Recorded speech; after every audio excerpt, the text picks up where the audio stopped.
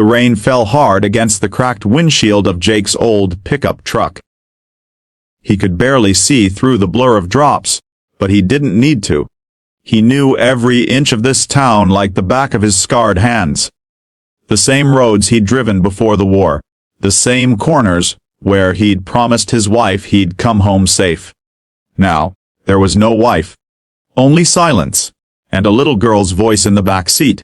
"Daddy, are we late again?" Emily asked, her tone small, fragile, like she already knew the answer. Jake forced a smile in the rearview mirror. "Never late, sweetheart. We're just early for bedtime." She giggled softly, clutching the stuffed bear he'd stitched back together the night before. He'd promised her pizza and a movie after school, but instead, his phone had buzzed. A call from his old unit, a name he hadn't heard in years. Lena Hart. The enemy. The same intelligence officer who'd betrayed their entire squad in Kandahar, leading to the ambush that took his brothers in arms. The same woman who vanished after the court martial, never charged, never seen again. Until tonight. Jake had thought the nightmares would fade, but the moment he heard her name, the memories came rushing back. The sand, the blood, the screaming radio static. He'd lost everything that night: his best friend, his faith, and his wife, who couldn't live with the man he'd become. Now, he was a single dad trying to piece together a life out of broken things. And suddenly, the ghost of his past had resurfaced. The voice on the call was urgent, trembling. "Sergeant Carson, this is Officer Rayner. We've got a 911 from 214 Maple Street. A woman's barricaded inside. Says her life's in danger. She asked for you by name." Jake's first instinct had been to hang up. But something in that trembling voice, the sound of fear, stopped him. Now here he was, standing in the rain, staring at the old blue house at the edge of town. He told Emily to stay in the truck. She nodded, brave like her mother, hugging the bear tight. Jake grabbed his jacket, checked his holster, a habit that never left him, and stepped out.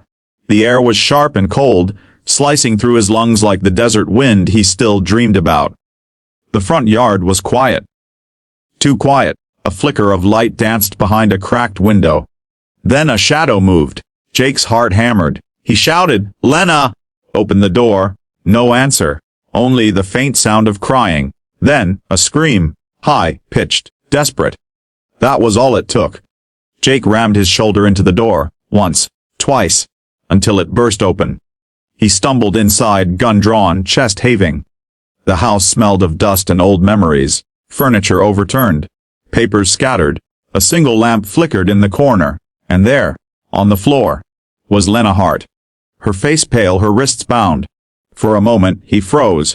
The world went silent again. The woman who'd destroyed his life was lying at his feet. Terrified, trembling, and whispering his name. "Jake?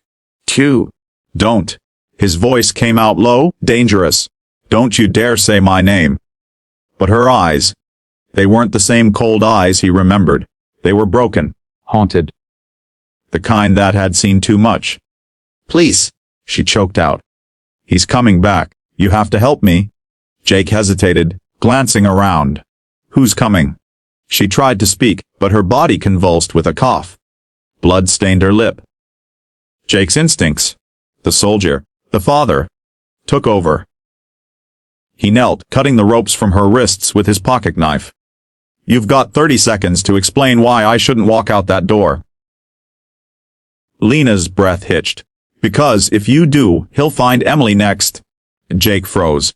The sound of his daughter's name on her lips felt like a gunshot. "How do you know her name?" Lena looked up, tears streaking her face. "Because the man who's after me. He's the same man who sent you to die overseas."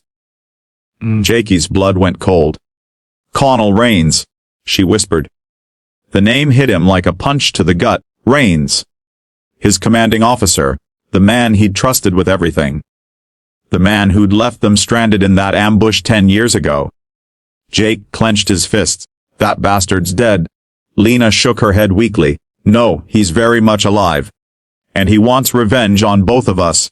"Hate." The house creaked. Jake spun around, gun raised.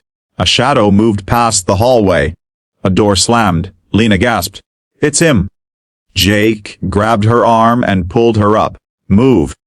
They stumbled through living room, out the back door, rain pounding down around them. He half carried her toward the truck. Emily's eyes widened as she saw them. "Daddy, who's that?" "Someone we're helping," Jake said quickly. "Lock the doors." He shoved Lena into the passenger seat, started the engine, and hit the gas.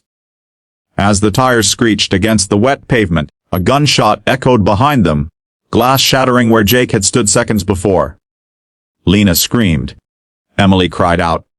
Jake's jaw tightened. He didn't look back. 10 minutes later, they pulled into an abandoned warehouse near the edge of town. Jake killed the engine and turned to Lena.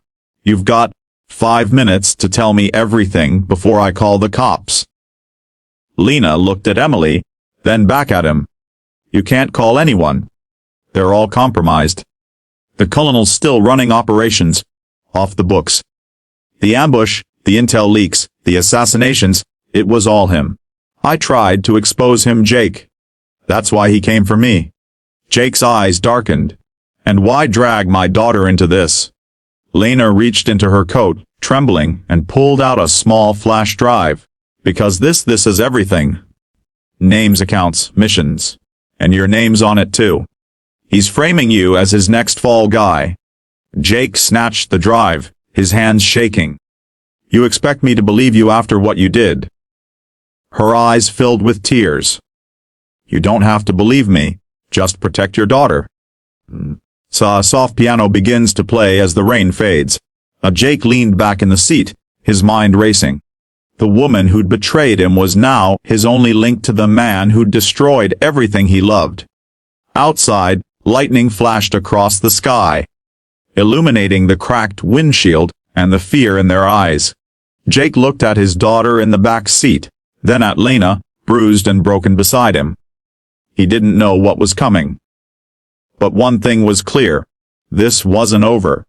He started the engine again, his voice low but steady. Rain poured like the sky was trying to wash the world clean. Jake's knuckles whitened on the steering wheel as the truck rolled through the dark back roads. The flash drive in his pocket felt heavier than any weapon he'd ever carried. Lena was slumped in the passenger seat, holding her side. "You can drop me anywhere," she murmured. "You shouldn't have come back for me." Jake didn't look at her. "You called my name. That's the only reason you're alive." Her laugh was bitter. "You think I wanted to? You were the last person I thought would still care." "I don't." He adjusted the mirror, checking on Emily. She was asleep, hugging her bear, her tiny face peaceful even as thunder cracked overhead. For a moment, the silence between them felt almost fragile, like peace pretending to exist. Then Lena spoke again, voice low. "Jake, that flash drive. It's proof of what Rains did in Kandahar. The weapons deal, the false orders, the betrayal. I stole it from him 2 nights ago. That's why he sent his men after me." Jake's jaw tightened. "You expect me to forget what happened out there? You sold us out. I watched my brothers die because of you." Lana turned toward him, her voice trembling. "No, Jake. I was ordered to send that transmission. I didn't know it was fake until it was too late. Rains blamed me so no one would look at him." Jake's eyes flashed. "You could have told the truth." "I tried," she said softly. "And they buried me instead." "Oh." He didn't answer. He couldn't. Because deep down, part of him wanted to believe her. Part of him needed to believe there had been some mistake. That maybe the woman he'd once trusted hadn't destroyed him on purpose. They drove in silence for another hour before Jake pulled into an old service station long since abandoned. Rusted pumps, a single flickering light above a cracked sign that still read, "Carter's Fuel, since 1974. He parked behind the building and killed the engine. "Stay here," he said, stepping out into the rain. He scanned the area. Nothing but darkness and the distant hum of the storm. His training screamed trap, but he ignored it. He'd learned long ago that fear never stopped what was coming. When he came back, Lena was wiping blood from her lip with a torn rag. "You need a doctor," he said. She shook her head. "You can't risk it. Hospitals report everything.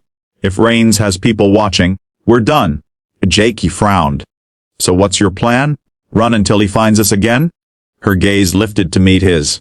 "No, we fight back."